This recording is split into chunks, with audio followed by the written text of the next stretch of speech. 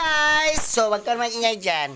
So, ito na guys, nagluluto na kami. So, dahil sobrang tigas ang kikiam, dahil bago lang binili namin at nalagay sa freezer, ito pang nangyari, ito pang manluluto. Ayan, ang nagluluto, ayan na po.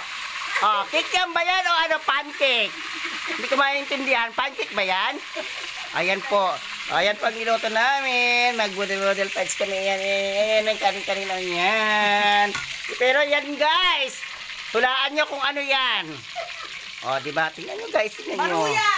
Maruya ba yan? Angko, kung maluto yung sa gitna. Diyos ko. Ayan na. Yan po ang, ano, yan ang nagtagaluto. Diyos ko. Yan ba yan? Masaan ba yan? Guys, masaan ba yan sa luto? Tingnan mo. Oh! Tingnan mo guys. Ginawa niyang pancake ang ano, ang cake yam. Maruya. Ayan, naging maruya. Cake yam o maruya. Ayan. Na. Sige, tulak-tulak mo pa mamaya. Magliparan yung mga ano.